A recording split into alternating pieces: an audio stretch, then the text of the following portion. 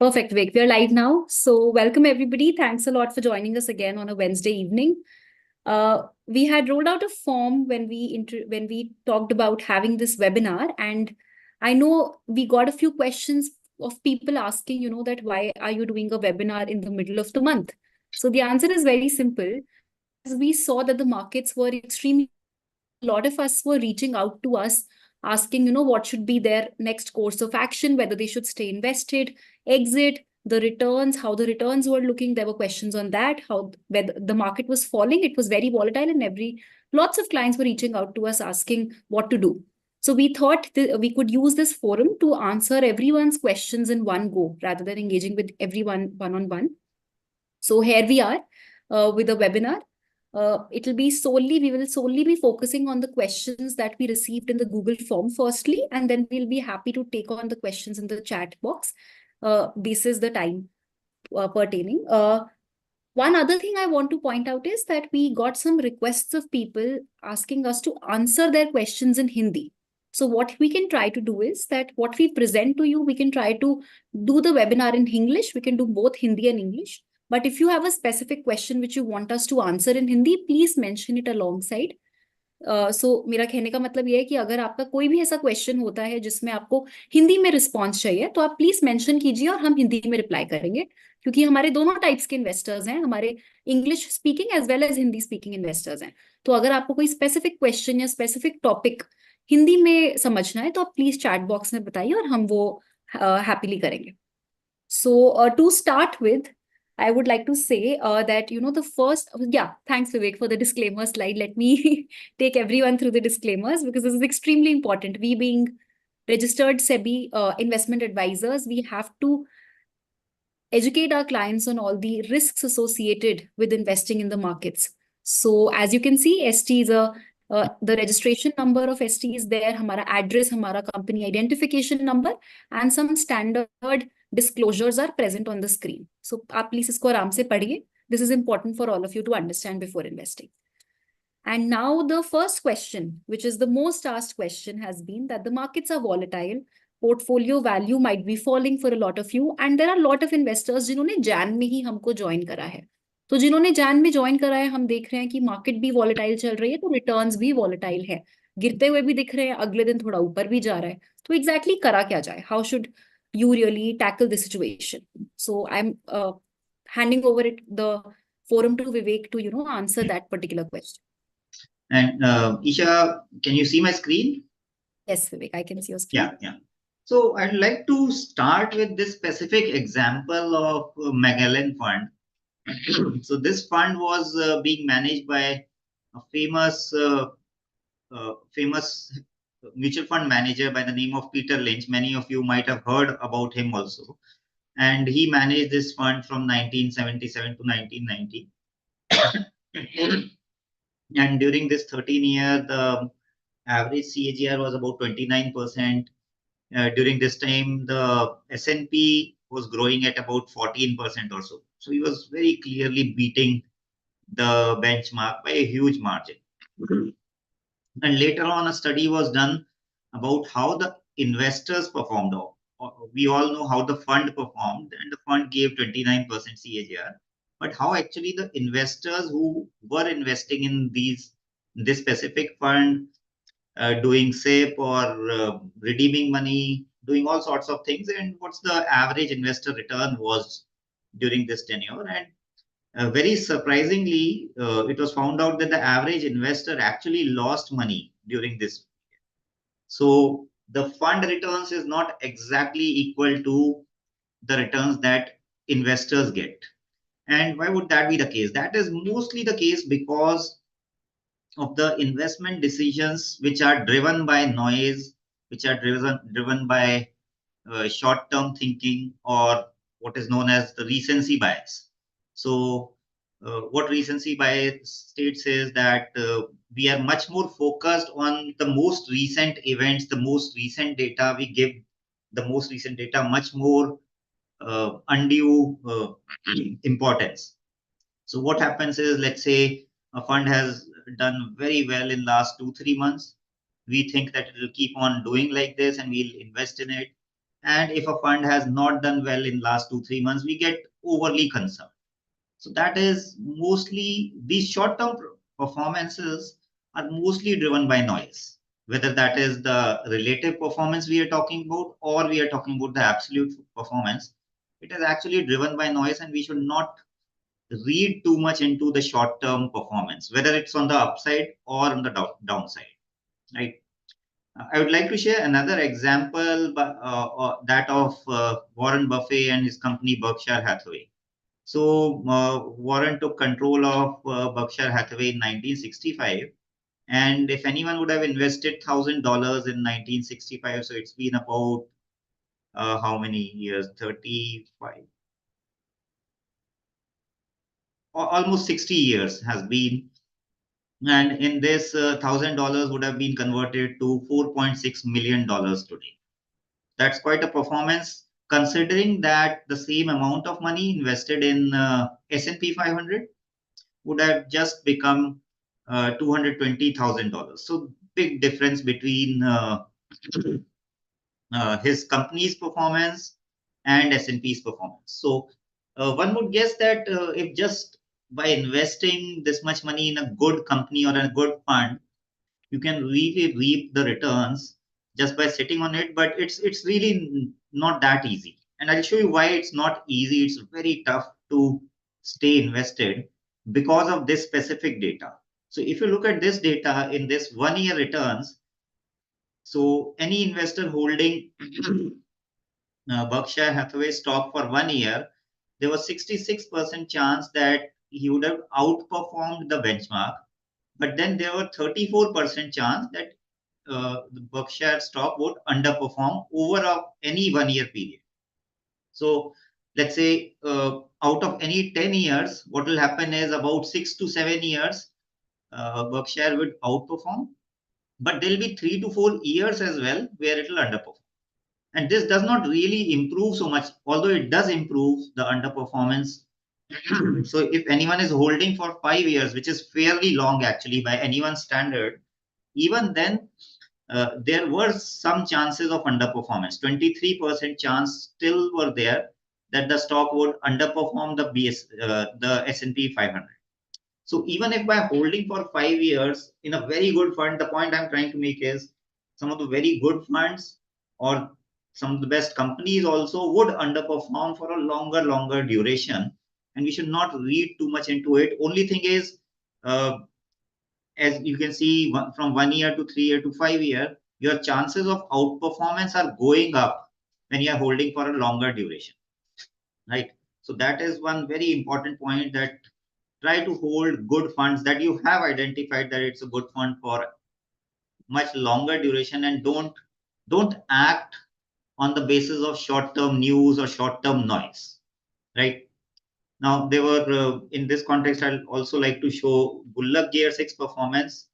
Again, it's been almost 4 years now. So on a monthly basis, again, there were 34% of the months where we have underperformed, right? And even on a 6 month duration, you can see that we have actually underperformed. Out of all 100% of the cases, there's been 2% of the cases where we actually underperformed on a 6 month duration also. But fortunately, up until now, there hasn't been even a single case where any 1 year duration, on any 1 year duration, we have underperformed. And this is related to the live track record that we have developed of almost 4 years. Again, just looking at 6 months data, so the best 6 months outperformance. So outperformance is relative to the benchmark. In the best 6 months, what we have achieved is 40% outperformance, 40% additional returns. Whereas the worst case, as I've told you, there has been few cases where we underperformed, and in the past we have actually underperformed for even 6 months, where we gave negative 5% relative to the benchmark index, and the average performance has been about 14%. In the current past 6 months period, our performance has been 7.7% positive alpha, right? So it's not, obviously it's slightly lower than average, but I really wouldn't read too much into it. We are still doing, I think, fine. And what we have pointed out time and again is the expectation one should have investing in our fund, Gulaq Gear 6, from our side, we try to say very clearly that obviously we can't guarantee any returns, but a reasonable expectation to have is about 6 to 8% alpha over long run, annualized alpha. That is what, after fees and after all the costs, about 6 to 8% alpha, if we are able to produce, it will actually be a phenomenal performance. So we are not too out of line from that expectations, I would say, right? Obviously, if somebody has invested in last 1 or 2 months, he or she would have seen some underperformance, but really we are not too concerned about the short-term performance. As you can see, last year also, it was a phenomenal year for us. Overall, the gross returns were about 68%. But even last year, we had 3 months where we underperformed. And specifically in Jan and Feb, overall, we were down about 8 to 9%. So, yeah. So we have seen this in the past. It will keep happening in the future. And for anyone who is investing in equities, don't act on short-term noise, be it investing also or be it redeeming. I think one should always look at longer-term performance. And if you see slightly longer term, from current date, last 1 year, we have again produced about 79% gross returns. So quite a bit of alpha over multi-cap is what we have seen, right?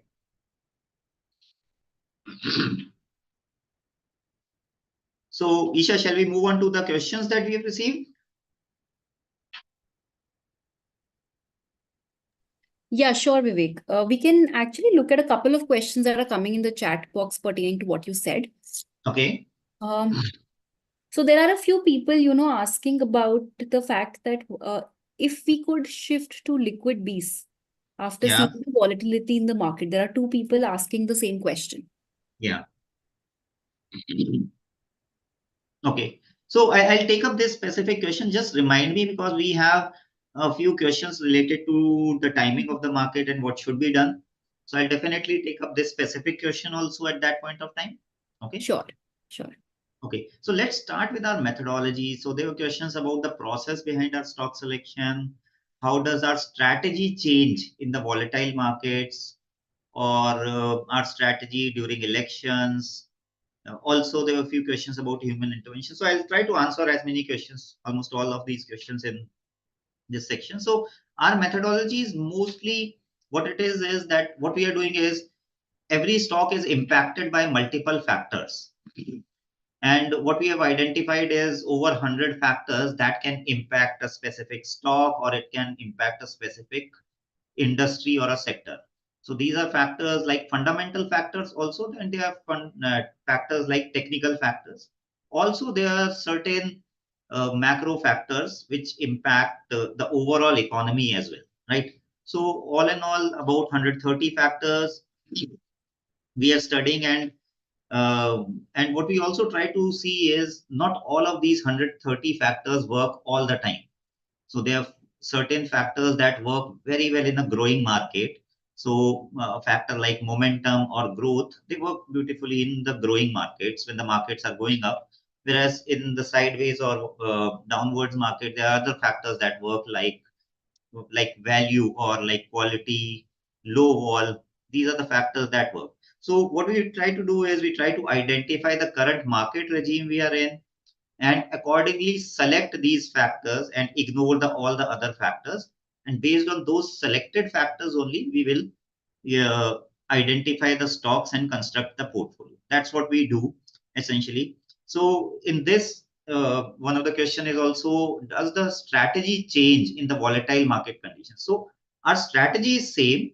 The output of that strategy will change. So what will happen is, let's say in a stable market environment, we would end up selecting more of growth stocks or more of momentum stocks. So typically these stocks would be from small to mid cap, whereas in volatile market conditions, the strategy output would change and it will lead us to selecting more of large cap. So, and in fact, this is what we have been seeing Up until December, we had less than 15% in large caps, whereas you can see a very consistent trend of increasing our allocation all throughout Jan, Feb, and March to more than 26% now. And also small cap, you can see it has been consistently going down, and it is about 18% currently in the March portfolio. So this is the output. So it's not that the strategy is changing. The output of that strategy based on the current market conditions, that output is changing, which is leading to this shift in the market cap allocation, right? Again, there's this question of small and mid caps are overvalued right now. Still, we see maximum allocation in this. Would this change in the next rebalance? As you can see, it is changing. It is changing very, very consistently. And if when we say I mean the algorithm. If the rules that are defined in the algorithm, if it finds that there's still much better value in large cap, I think it will keep on changing. But if you ask me right now what is going to happen then in the April rebalance, it's very tough for me to answer because what we are analyzing through these rule-based algorithm is we are trying to identify, we are processing so much of data that it's really hard for any person to do it manually. And that's why we are using machines to process so much of data and then determining what our allocation should be, right? So small and mid caps, they are changing, and it looks like, looking at the current market conditions, it looks like that we'll keep increasing the allocation to large cap. That's what would happen most likely, right? Why not increase the allocation towards large cap in times of correction? I think that is what is happening currently. Does your algo favor valuations, regulator advisory, and fundamentals? Yes, about valuations, about fundamentals. So we have almost 40% of the weightage is given to these fundamental factors, right? So yes, we do take into account the valuations, the fundamentals of specific companies. Regarding regulator advisories, I think the last question is also related to that, that do you incorporate news in these factors? So this is something, see, manually we'll never touch our portfolios. We won't take a call ourselves.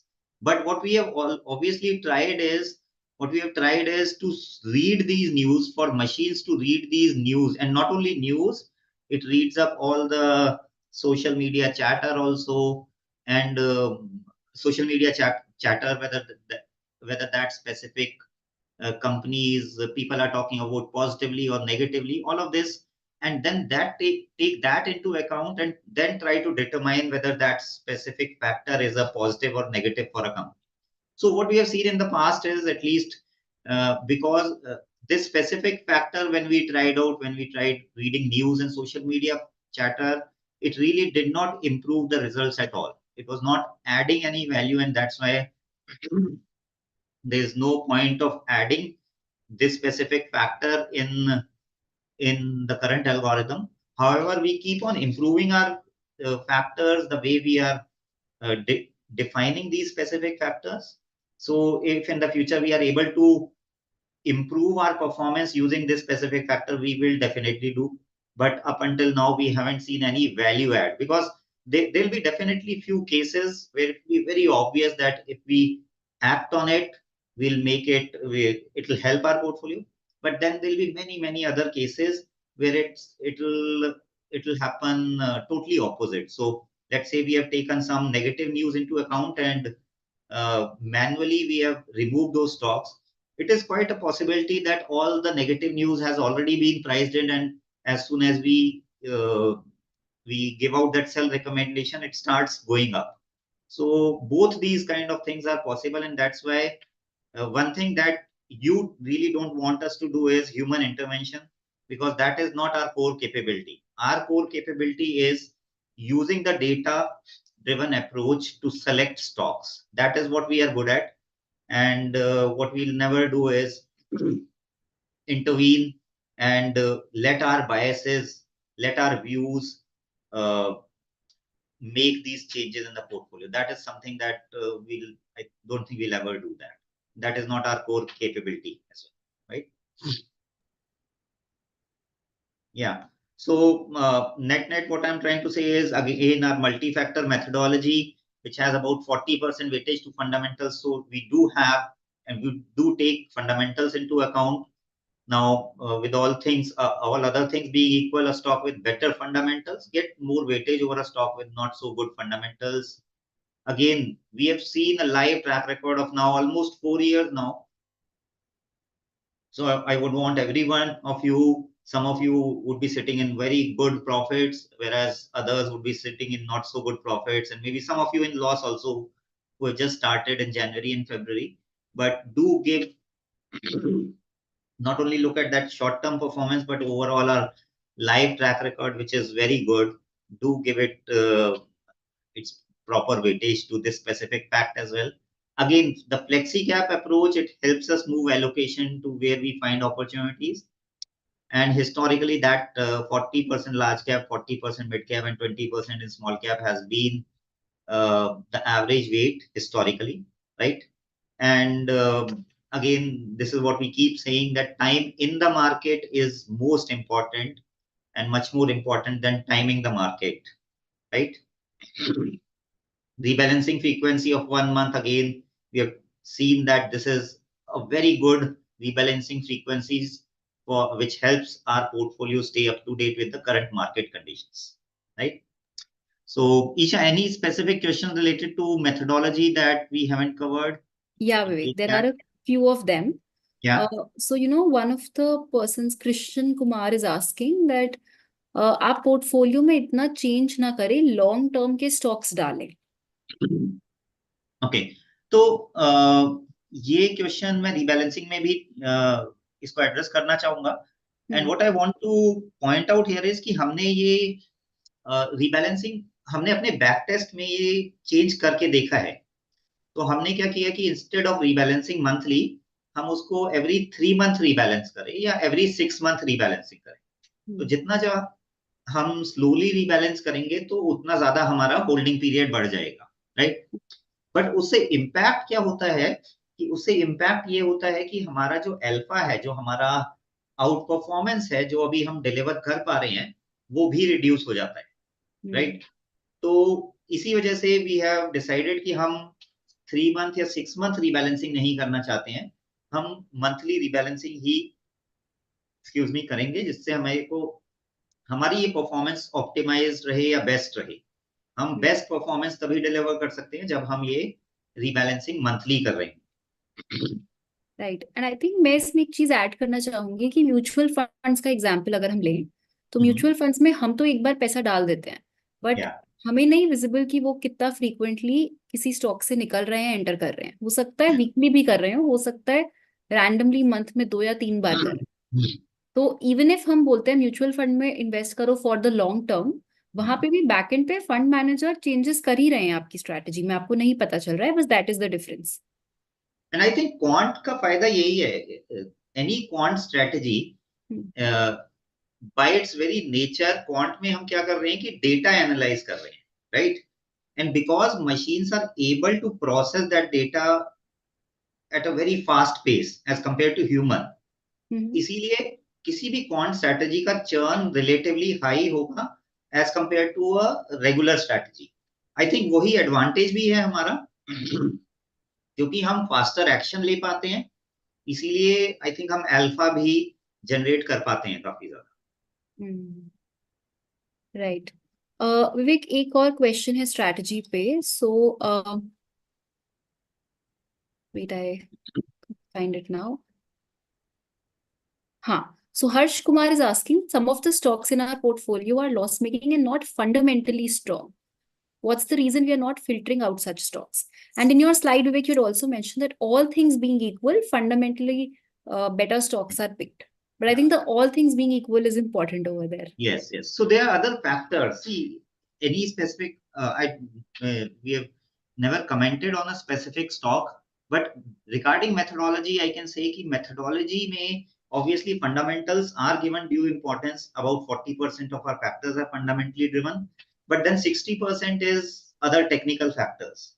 तो कई बार ऐसा हो सकता है कि these technical factors are so overpowering the fundamental factors that that we end up selecting stocks mostly on the basis of that technical factor, right? So this can happen from time to time, but again, as I said, if all things being equal, a fundamentally better stock will definitely get more weightage as compared to other. So it might be the case that based on other factors, that specific stock is getting such a high weightage कि fundamentals का थोड़ा सा bias या weightage थोड़ा सा कम हो गया है. So that is a possibility, right? Right. So I can see 2-3 people saying that monthly rebalancing is fine. Please don't change it. Because see, we have also heard from people that why are you not rebalancing during the month? Yeah. So दोनों ही side हैं. There are people who want us to rebalance less, but there are people who want us to rebalance more. And again, even for them, what I'd like to say is we have tested this out exhaustively, that at a higher frequency of weekly or every 2 weeks, our alpha really, because we have to take into account the other costs also, your transaction cost will increase. So if we are rebalancing on a weekly basis, your transaction cost would increase by almost 4 times. So we don't want that, because obviously net what matters is ki after rebalancing cost, what is the performance you are getting.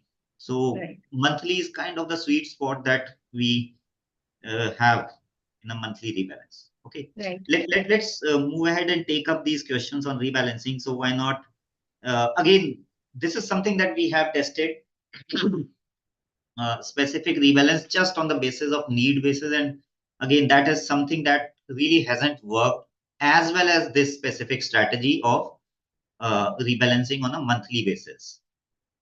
What if my last rebalance got missed? I think that's what we have mentioned, that if you are able to rebalance within 2 to 3 days, it really does not cause too much of leakage in returns.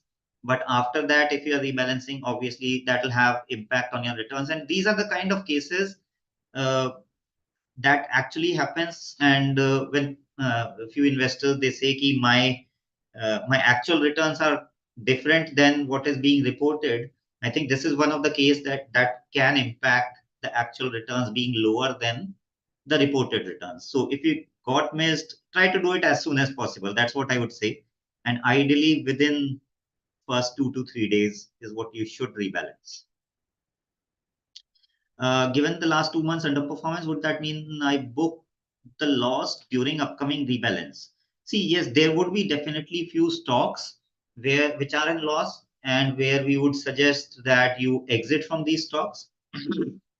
And see, as humans, when we manage our own portfolio, we do it very differently. What we'll do is, if something is in profit, we'll book that. Whereas if something is in loss, we really don't want to book that, because we don't want to go through the pain of realizing our loss, right? But what we are not seeing is the opportunity cost, right? So the opportunity why we would be suggesting booking a loss and moving to another is because we see a much better opportunity now in these newer stocks. And that's why we would want you to book those loss and move to uh, update your portfolio. So it is definitely advisable to stick to the plan, stick to what is being recommended in this update, and accordingly rebalance. That will be our advice. Is it advisable to continue with SIP? Definitely yes. See, we cannot call the markets.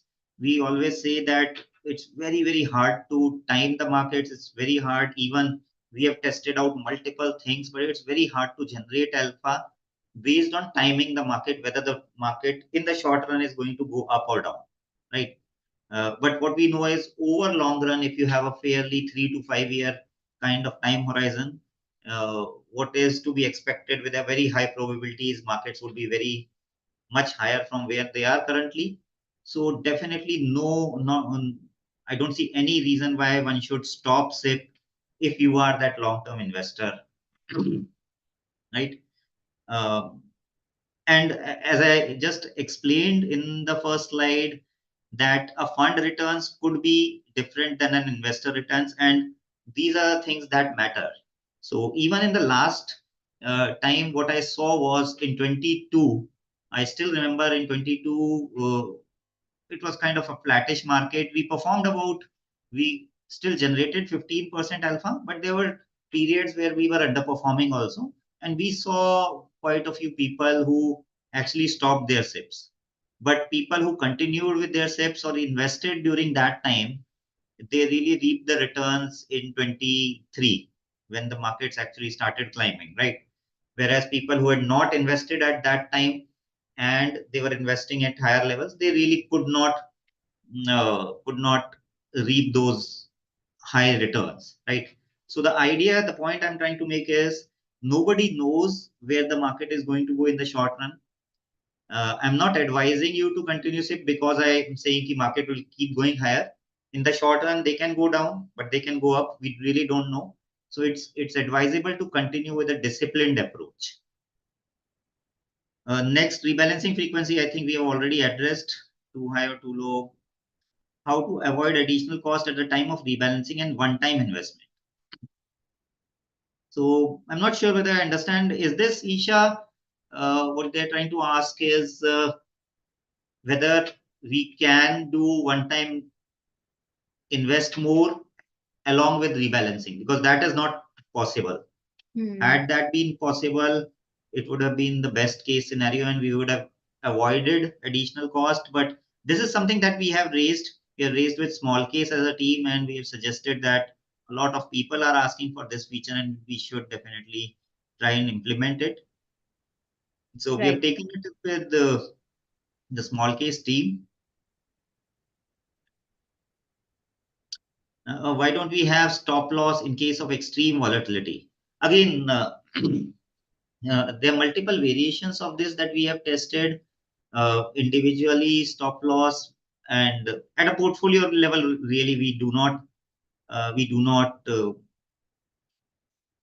we would never consider having the stop loss. And I think here we are all focused on Gulaq Gear 6, and I think Gulaq Gear 3, 4, 5, these are exactly the kind of portfolios that are meant for somebody who would not like to go through this extreme volatility.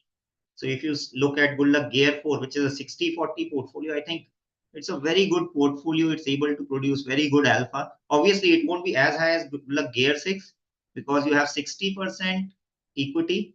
So if somebody really is uncomfortable with this kind of extreme volatility, what we have is Gulaq Gear 4 or Gulaq Gear 5, where you'll have lower volatility. So you should please check out those portfolios, right?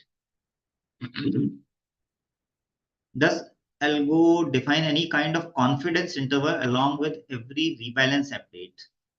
No, I'm afraid we do not have any specific confidence interval or any specific guidance about the market, returns guidance. So if that is what you're asking, no, we do not have any confidence interval on the kind of returns that are to be expected in the short run. क्या हम लोग stocks को long term hold कर सकते हैं? See, the idea here is कि हम long term equities में invested रहें. That is the idea. उसी से हमारा long term जो wealth create होता है वो long term invested रहने से होता है, right? And when I say invested in equities. But obviously बीच बीच में क्या होगा कि हमने कुछ जो stocks select किए हैं, हमें लगेगा कि अब ये वाले stocks उतने अच्छे नहीं है as per the current market conditions. So हम कुछ stocks को sell करवाएंगे, कुछ को buy भी करवाएंगे. तो हम कभी भी redeem नहीं करवाते. हम कभी भी ये नहीं बोलते कि आप sell करके cash में बैठिए. तो the advice is just to update that portfolio to rebalance it. But आपकी investments पूरी equity market में ही रहेंगी. वो रहनी भी चाहिए because that is the way to generate that long-term wealth that we keep talking about. तो इसीलिए stocks या equities market में invested definitely रहना है, but the kind of algorithm that we are working with, जिस टाइप से हम काम करते हैं, हम एक स्टॉक को बहुत ज्यादा होल्ड करके नहीं रख सकते हैं. That is our methodology, right? Whereas mutual fund जो mostly दूसरे mutual funds होते हैं, उनकी methodology ये होती है कि वो एक एक स्टॉक को काफी लंबे तक होल्ड करके रखते हैं. That is their methodology. I'm not saying कि हमारा तरीका सही है, उनका गलत है. I'm not trying to imply that. That is very different way of investing. Ours is different way of investing. तो हमारा तरीका अलग है और हमें लगता है कि इसमें एडवांटेजेस हैं. The way we are constructing your portfolios based on data driven approach, this has its own advantages. I want to reinvest my money into some loss. If I want to reinvest my money into some loss making stocks and they are removed in the next rebalance, it's loss of money. Why should I reinvest my money in loss making stocks? So I'm not sure I understand this. Is it the same that I just covered earlier, that the opportunity loss, you have to look at it that way, is that अगर आप एक loss making stock में invested रहेंगे, whereas the suggestion is to buy a new stock which has which we feel is a better opportunity, that's why you should move money. So I think, yeah, I've already answered this. Is monthly rebalancing tax efficient? No, definitely not. It's not tax efficient. If you see, if there was a way to generate same alpha by doing yearly rebalance, we would have done it. No questions about it. But it is almost impossible to generate this kind of returns by holding stocks for very long run. Right. So our approach is, we are doing monthly rebalancing to generate these higher returns. And even in spite of paying these taxes, even if it is not so tax efficient, but it is alpha efficient in the case, even you'll be able to generate good returns even after paying these taxes. So that's what the idea is. We definitely do take into account these taxations while constructing our portfolios, but there's no way we can avoid these taxes, right? So this is required. This is how we are able to generate good returns by doing monthly rebalancing, right? Right. So any more questions related to rebalance, Eesha, that we haven't picked? Vivek, not related to rebalance, but I do see some different kind of questions we've not received till now. So maybe we can address those first. Okay. So Uh, shall we move ahead first and take the other questions that we received related to okay. returns and investment guidance? Sure, Vivek, sure. So maybe we can, try to not cover the ones that we usually talk about. Maybe we can skip the questions Okay. that are Okay. commonly asked so that we can answer the new kind of questions which are coming in the chat. Sure. So let's do that. So joined Gulaq in mid-Jan, have been making loss since then. When is the portfolio? Again, I don't know when is the portfolio expected to recover, but as I stated earlier, the returns, the chances become more the longer you hold. And it's just 1-2 months, which is just noise. Frankly, we have seen this in the past and it will keep happening in the future. Why is drawdown Gulaq more than the index? Yeah, our algos didn't perform last 2 months, and this keeps happening. I don't think it is something which was very unexpected. Every year, few months, we underperform the market. What's a reasonable amount of fluctuation I shouldn't worry about? I think rather than reasonable amount of fluctuation, what you should look at is reasonable amount of time you should be staying invested before you start judging the returns, whether it's good or bad, both ways. So I think a year is a reasonable amount of time before you decide what to do next, whether you want to increase or decrease. But a year is reasonable amount of time. There's a difference between my actual gains and reported. I think for this question, I would encourage you to go to this specific blog that we have on gulaq.com, decoding small case returns, and it has multiple.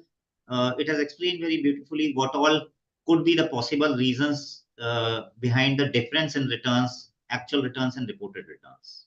Okay. I'll quickly take up these questions also. What's the ideal amount of investment and SIP to make meaningful returns? I think the ideal amount is we say somewhere between 2 to 3 lakhs in order for you to make meaningful returns also, and for you to justify this piece of about 5,800 for the year. So it should come out to be about 2.5% of your total investments, and that's how we come at about 2.5 lakhs of investment. What's the maximum? Again, no maximum investment, but what we do recommend is if you are closer to 50 lakhs or so, we have our PMS in which we take care of the rebalance, which is done very, very efficiently. So if you are near about that level, maybe you can check out the PMS, which is again details on gulaq.com. When do you suggest to book profits? Again, this is as per rebalance, uh, but we'll never ask you to exit from equities. That is something we'll never do. In Gulaq Gear 6, when markets correct, can you provide an alert update? That is a good opportunity for a top up. Again, see, what we say is we cannot call the markets, but a very good approach. I think we think too much about market timing. And again, there is a blog by there's a blog related to discipline of investing in uh, in our blog section. Please check it out, because discipline is, I think, what is in your control, and it's a huge edge if you are able to, in a disciplined way, able to invest for long term. That's a very big edge actually in the markets. So don't worry too much about timing the market. Irrespective of the noise in the market, you keep investing. And it's not only about investing in Gulaq, but investing in general, whether it's mutual funds, ETFs, or Gulaq portfolios. Again, I think next question is related to timing. What should we do, lump sum or SIP in current? I think, again, if you have money, it's always good to do lump sum, but many investors are not comfortable investing in the lump sum way. So for them, I would recommend divide your overall portfolio in overall funds in 3 or 6 equal parts, and over the next 3 to 6 months, deploy it in markets. I have subscribed and invested 1 lakh, want to add 20K. Should I add right now or after? Really, it does not matter. See, if you're investing for 3 years, 5 years, or even 10 years, really, it doesn't matter whether you invest right now or April rebalance. Not that much of a big difference, right? But Vivek, in this Yeah. question, should we suggest that, usually we say that after the 10th or 15th, maybe it's not a good Oh, time okay. because the Okay, depending on the year. date. Yeah. It is. So in that case, yes, what we say is, if you are about a week away from rebalance, then maybe you can wait. Yeah, but So in general, I think we say that you should not time the market. But for us or for any other advisor, if you are very close to their next rebalance date, rebalance. then there is no point to invest Yeah, right now. because rebalance also has its cost involved. Yeah. So that's why we say that if it's about a week or so away, maybe you can wait. Otherwise, you can invest. Yeah. Okay. Yeah. I'll just quickly take up these questions, and then we can take up the questions being asked. Okay. Sure, Vivek. Again, many US economists fear, I don't know, frankly. Many economists are predicting soft recession, soft landing. Somebody is saying hard landing. There's no value in tracking these economists. So we don't see any value in tracking this. So we don't do this. Should I build cash or invest? Again, don't look to time the markets. Invest for the long term. Invest with discipline. Again, next question is about timing. How do you see small cap? I do not know how small cap will perform this year, but what I do know is our algo is self-correcting. So if we start seeing good value in small cap, as of now, the trend is that small caps, we don't see value. We see much better value in large caps, and that transition is happening. But as and when we see small cap has corrected and there's good value there, the algorithm will automatically shift there. So there's no element of prediction out there. If you ask my view, I do not like to take views and everything. The algos is built in a way that it's self-correcting. It will adapt uh, according to what is happening in the market. Okay. If you have an horizon of 3 years, should you ignore the current? Exactly. That's what you should do. And the longer the horizon, the easier you will be able to ignore these market noise. Should I diversify? In small case, see, what we say is maybe whatever portfolio you have, invest it, diversify across 3 to 4 funds. That's good enough. So that's what, if you are not doing that, you should do that. How to find a profitable stock or how to read market. Again, this is something very, we don't recommend. There are very few people who have the time, interest, and skill set to do this. So we are not here teaching. In fact, we discourage that individual investors select stocks on their own. most of the investors who do it, most of them, there are very few who are able to do well. So that's what our recommendation is. How to avoid small case transaction charges for invest more. Eesha, you understand this last question? Yeah, Vivek, I think what they are saying is that what they mean is that if you want to invest more in small case using Zerodha, there is usually a small charge that's associated with it. Yeah. So, of course, this is a service. One option could be that you invest more by just looking at the weights that we are providing and investing in your own Zerodha account directly. But that would be very hassle-some because there'll be 10 to 15 stocks that you have to add. And in the next rebalance, you will face a problem because whatever you do manually outside of the small case platform will not be reflected on small case. So your returns will be different. Then the next rebalance would be cumbersome.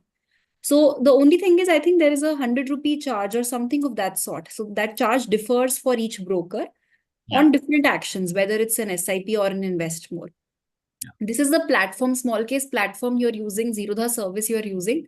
So you will have to pay that charge. It's not extremely high, depends on the size of your portfolio also, but it's a charge that you are paying for the service of using the platform. I think these charges will also start making sense when you have increased your portfolio to about 2.5 lakhs or so. Yeah. Below that, these charges are meaningful, really. But after that, they'll become really small, very small charges as a percentage of your. And by the way, this is the blog that I was earlier talking about. All these timing related questions, I would highly encourage you to first look at the specific blog of discipline versus luck in markets. It's out there on gulaq.com. And it was really, a lot of people find it very, very useful. So, yeah. So, Eesha, we can take up any more questions that are there. Sure, Vivek. So a guy, Subhash, is saying, I think that's an operational issue. He says that small case से exit करते हैं तो पूरा small case के stocks कभी-कभी sell नहीं हो पाते. उनमें एक या दो रह जाते हैं और repair option आ जाता है. तो सुभाष, repair option तब आता है जब आप जितना आप सेल कर रहे हैं उतना ही अमाउंट आपको सारा नहीं मिलता. सेबी का रूल है कि आपको अपनी सेल वैल्यू का 80% ही मिलेगा. तो हम बोल रहे हैं आपको कि जो सेल वैल्यू है उसका 100% से अब आप बाय कीजिए, बट आपके पास फंड सिर्फ 80% है. इस केस में या तो आप एक्स्ट्रा फंड्स ऐड कर सकते हैं या फिर आप अगले दिन जब आपके पास T+1 डे पे वो 20% फंड्स आ जाते हैं अपने सेल वैल्यू के, तो आप उससे बाय कर सकते हैं. तो ये सिचुएशन होती है जब रिपेयर बटन एक्टिवेट होता है आपके पोर्टफोलियो के सामने. अगर आप पर आपके क्वेश्चन से मुझे लग रहा है कि आपको रिपेयर बटन किसी और सिचुएशन में दिख रहा है, तो उसके लिए मैंने आपका क्वेश्चन अपने सपोर्ट टीम को दे दिया है. वो आपको कांटेक्ट करने की कोशिश करेंगे. सो आप प्लीज हमारा जो सपोर्ट नंबर है जो मैंने शेयर भी करा है अभी चैट बॉक्स में, आप उसको सेव कर लीजिए. आप लोग उनको कॉल कर सकते हैं. हमारा कस्टमर केयर एग्जीक्यूटिव आपकी हेल्प कर सकता है, वरना स्मॉल केस भी हेल्प कर सकता है, क्योंकि आई थिंक ये एक ऑपरेशनल इशू है. And for the larger audience, जो भी हमें फॉर्म में, if you have received any operational questions, we have forwarded all of those to our support team and they will be reaching out to you on call. In case you miss the call or you have not realized that it's our support number calling, then please write to our support email ID or small case email ID and we will be very happy to help you with any operational questions that you're facing. So I will also at the end of the webinar drop the email ID of our support team so that you can reach out. Okay, Srinivas is saying that I understand corrections in the broader market is quite normal after very good returns last year. I think you should stick to what you are good at to generate good returns over the long term. So thanks a lot, Shrikant. I think that's exactly what we are trying to, explain through our webinars to all our investors. Thanks a lot for understanding this and sticking by it.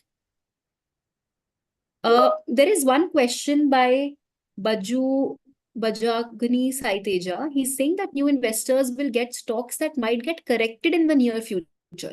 Can we not have an approach where new investors will get a different breakup that is more concentrated on newer stocks?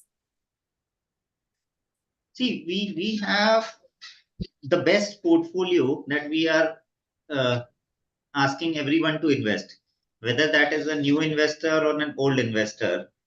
why should I don't really understand why should I have a separate portfolio, because if that is the portfolio that we are expecting to do better, even we would ask our older investors to move to that, right? Yeah. So I don't see any reason why we should have separate portfolios for new investors or old investors, because let's say somebody, if you were sitting in middle of last year, at that time also when the markets had started rising, at that time also there were a lot of chatter had already started about mid and small cap being overvalued, but they kept on rising for the next 6 months, where we actually produced most of the alpha. Had we listened to these experts that mid and small cap are overvalued and we should avoid, then we would have never been able to generate that kind of alpha in first place. So again, the point is that we want to stick to what we are doing. Obviously, we'll keep improving, but we want to stick to what we are doing. And this has worked well in the past for us. So yeah. Right. Thanks, Vivek. So yeah, basically this is the best set of stocks that we have for the coming month. So why For should we everyone. suggest Yeah. you anything different from the best that we think is out there? Yes. Okay, there was another question, another new kind of question. Trying to look for it. Okay, someone was asking that when I go to the small case website under the returns section, I see different things. I see total return, current return, and realized return. So what is the difference? So I would suggest you to look at performance. There is a question mark over there which explains what each of these things mean. So I can help you with it right now. Current value of the portfolio or current returns mean whatever is the return right now. So जो भी आपका invested amount है versus कितना वो grow करा है. अगर आपने पहले कोई प्रॉफिट्स बुक करे या लॉसेस बुक करे, उसको हटा के जो आपका करंट अगर 100 इन्वेस्टेड है और 105 आपके पास है, दैट द एनएवी इज 105, तो 5 is the current value. So in realised. this case, Isha, the current returns would be negative because when we rebalanced in Feb end, after Feb end, the portfolio is down. Right So right right. for most of the investors, this specific current returns would be negative, and the total returns, if you have been investing with us, would be positive. या right. So just for an example, अगर आपने initially start किया था 100 से और आपका portfolio 120 तक गया, और उसके बाद 120 पे हमने आपको रीबैलेंस करा दिया, और रीबैलेंस के बाद 120 से वो फिर से लेट्स से थोड़ा और कम हो गया, तो 120 में से जितना वो कम हुआ वो आपको दिखाएंगे करंट रिटर्न में, क्योंकि जो लास्ट रीबैलेंस है उसमें 100 की बजाय 120 has become your base. So anything that happens over and above 120, whether it's plus or minus, is your current return.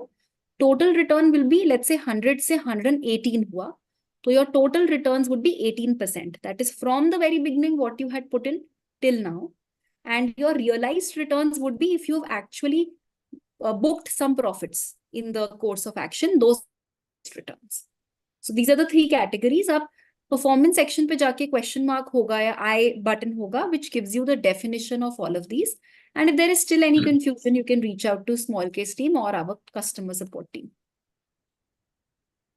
Someone is saying he tried calling our customer care number. It was not answered. So I'm sharing the number again. I'll also share the email ID. Please try to reach out. The person will try to get in touch with you as soon as we see a missed call or any email. Someone is saying that, he's just commenting, Ashish, that how much time can a subscriber give to Gulaq Gear 6 for their performance? I think you've already kind of answered that, Vivek. Yeah. That is there for the long term. Now, I saw one question where someone was also, okay, I can't find that question. It's okay. I'll just quickly skip through all the questions to see if we have missed anything different.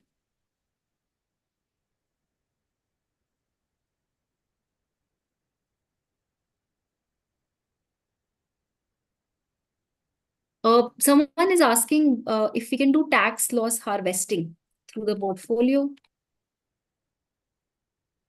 So tax loss harvesting means that we book our losses.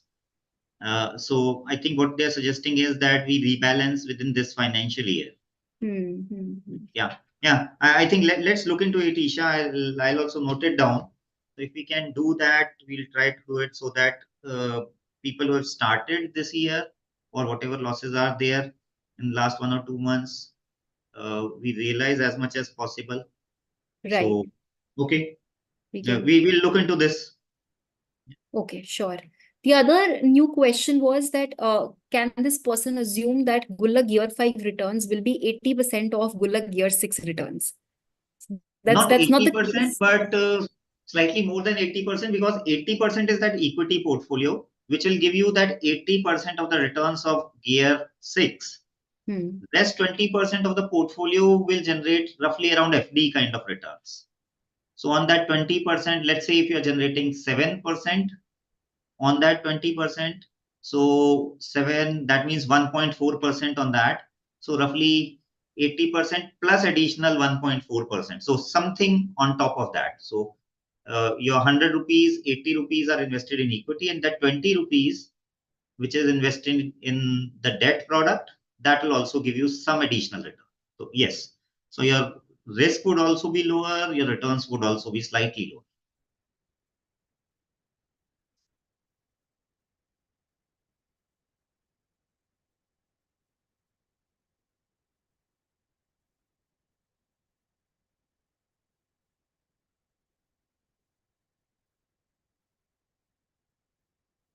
Hello.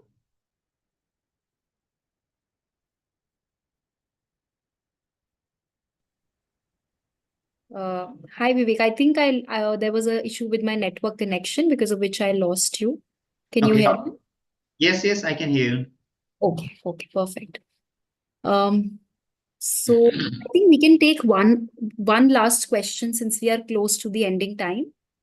Let me pick up one last question and then we can end for the day. Someone is saying, for stability, do you suggest investing in both Gear 6 and 5 in a certain percentage? So your view, Vivek. Yeah. No, I don't think you should subscribe to two of our portfolios because the equity part is exactly the same. So the stocks that are there in Gear 6, exactly those same stocks are there in Gear 5 and Gear 4. So what this means is, let's say you invest 1 lakh in Gear 4 and 1 lakh in Gear 6. That is essentially like investing 2 lakhs in Gear 5, right? So I don't think you should subscribe to two really. Maybe you can put everything in Gear 5 only. And yeah, that's what I would suggest. Perfect. Vivek, one last question. I think Manu has reminded us that the question on shifting part of the funds to liquid Bs is something we had to answer. Yeah. See, this is exactly the thing that we, I think, kind of indirectly answered about timing the market. So if our view is in the short term, market is going to go down, in that case only it will help us if we shift a part to liquid Bs. And when the market has gone down, excuse me, when our view has again turned bullish, we'll shift back to equities, right? But I've already mentioned that we do not have any view on the market. Short-term view we do not have, and that's why we would not recommend shifting. What we do recommend is, if your risk appetite, if you feel that Gear 6 is a bit too volatile for you, the returns, we have Gear 3, 4, and 5, which has different levels of equity. Gear 3 has 40% equity, Gear 4 has 60%, and Gear 5 has 80% equity, right? So you should look at those portfolios, and they're pretty good portfolios in the sense that the volatility will also come down. So there's a cost to pay to generate these higher returns. For Gear 6, the cost is the volatility. If you're not willing to pay that cost, which is perfectly fine, you shift to either Gear 5 or Gear 4. Right. But that is a fixed allocation. So if you have subscribed to Gear 5, you'll always get 80% equity allocation and 20% debt. But we will not move around that because we do not have a very good way of timing the market in the short run. Okay. Thanks a lot, Vivek. I think we can end the session here since we had 1 hour today. So thanks everyone for joining. And in case any questions are unanswered, we'll soon be having our rebalance webinar in the early next month. And as always, you can reach out to our customer support staff. You can write to us and we'll be happy to respond to your emails. So thanks a lot. Thanks, Vivek. Thanks for Thank everyone you, Eesha. joining. Thank you, everyone.